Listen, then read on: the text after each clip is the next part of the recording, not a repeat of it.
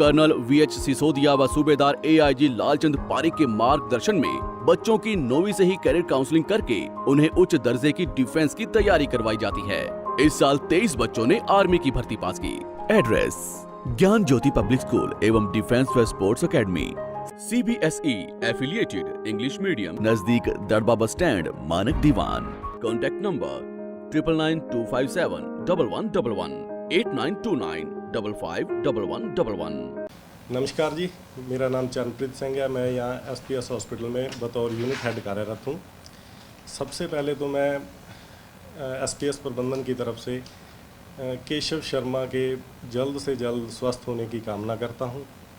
जिस तरह की केशव शर्मा के परिजनों द्वारा SPS प्रबंधन पर, SPS हॉस्पिटल पर कुछ आरोप लगाए गए हैं, वो आरोप बिल्कुल बेबुनियाद हैं। उन आरोपों के बारे में मैं आज स्पष्टीकरण देना चाहता हूँ। इसी स्पष्टीकरण देने के लिए हम लोगों ने इन पत्रकार भाइयों को यहाँ पे बुलाया है, जिसमें हम आपको बताएंगे कि क्या मामला था, क्या कारण था जो हमने उस बच्चे को दाखिल नहीं किया। तो उसके बारे में ब्रीफ में मिस्टर योगेश हैं, जो यहाँ मार्केटिंग हेड हैं, असिस्टेंट यूनिट हेड हैं, ये आपको बताएंगे क्या मामला था। नमस्कार जी, मैं योगेश शर्मा, SPS हॉस्पिटल। कल हमारे ऊपर 3 बेबुनियाद आरोप लगाए गए हैं केशव शर्मा के परिवार के लोगों की तरफ से।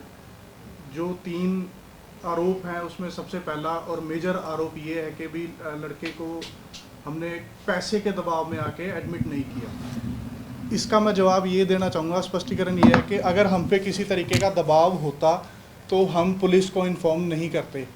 ये जो लड़के की PI हुई है ये हमारी तरफ से ही की गई है। दूसरा उनका आरोप हमारे ऊपर ये था कि भी लड़के के जख्म खुले छोड़े गए हैं। मेडिकली ये प्रूवन है, कोई भी रोड साइड एक्सीडेंट होता है या कंटेमिनेटेड जख्म कोई भी होता है, वो हमेशा लूज स्टिचेस में ही होता है, ताकि उसकी डस्ट और उसकी पस उसके रास्ते से बाहर आ सके। कभी भी इतने टाइट स्टिचेस नहीं लगाए जाते एक्सीडेंट केस के अंदर, इसीलिए उसके टांके हमने लूज छोड़े हुए थे। तीसरा उनका आरोप हमारे ऊपर था कि इन्होंने एडमिट नहीं, पैसे के जो एडमिट के लिए शर्मा जी ने, जो कि केशव शर्मा के फादर साहब हैं, उन्होंने हमें पैसे का लालच दिया एडमिशन करने के लिए। लेकिन हमने उन्हें मना इसलिए किया कि मेरे जो न्यूरो सर्जन डॉक्टर हैं पिछले शनिवार से लेके आने वाले सोमवार तक छुट्टी पर हैं। अगर लड़का रात को सिक होता या उसको सिर की कोई प्रॉब्लम बढ़ती तो उसका इलाज किसने करना था। इसीलिए हमने उन्हें हायर सेंटर के अंदर भेजा कि भी ऑर्थोपेडिक की चोट के लिए डॉक्टर नीरज चौधरी के पास जाइए, वो हमारे कंसल्टेंट हैं। उन्होंने उसके शोल्डर पे पट्टा बांध दिया और न्यूरो की उसको चोट, CT की रिपोर्ट जो मेरे पास है, हमने उसकी CT करवाई, उसके अंदर उसको कोई भी चोट नहीं थी, एडमिशन नहीं बनता था। फिर भी ऑब्जर्वेशन के लिए भी अगर हम रखते तो बिना डॉक्टर के हम उसे एडमिट नहीं कर सकते। इसीलिए हमने उसे डॉक्टर नीरज चौधरी के पास भेजा कि अभी आप वहाँ जाओ, वहाँ से अपना शोल्डर का जो ट्रीटमेंट है वो आप करवा लो। और उन्होंने इस चीज़ को ऐसे प्रेजेंट किया है कि भाई हमने पैसे के दबाव में बच्चे का एडमिशन नहीं किया। ये सरासर गलत है। हाँ जी, कोई सवाल? आपने ये कहा कि उन्होंने आपको पैसे देने का लालच दिया। हाँ जी। अगर किसी का भी पेशेंट होता है, वो उसको लालच नहीं कहा जा सकता, ये कहा जाता है, कहता है इस टाइम कितने ही पैसे लेते हैं, मेरे बच्चे को बचाया जाए।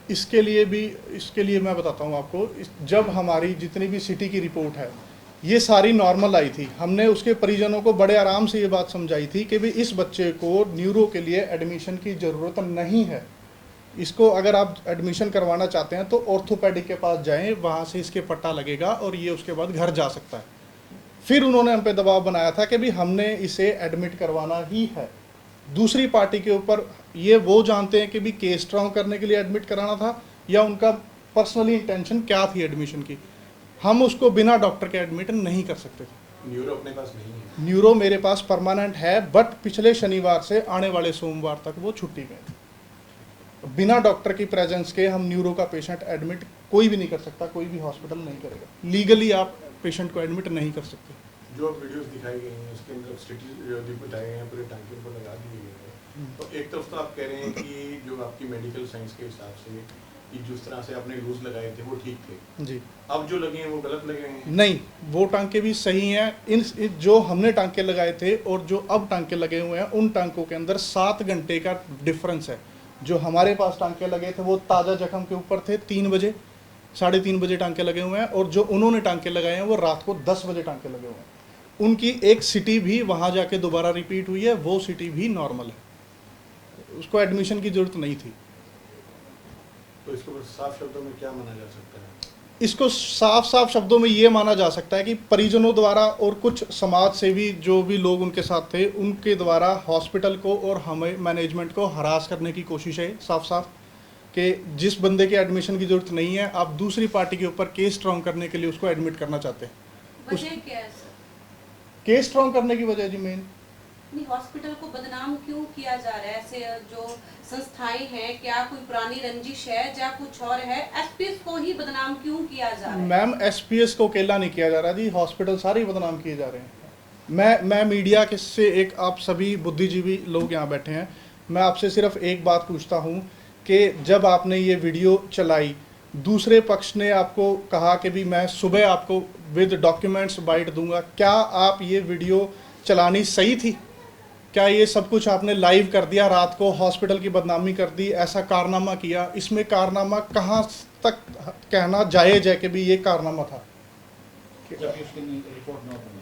जबकि सारी रिपोर्ट्स उसकी नॉर्मल है? फिर इसमें कारनामा क्या था कि हमने उनके कहने पे बच्चे को एडमिट नहीं किया? हॉस्पिटल ने उनको 2 दिन फिर एडमिट क्यों सिर्फ किया? एक रात उसको एडमिट रखा है, अगले दिन सुबह उसको वहाँ से भी छुट्टी दे दी गई।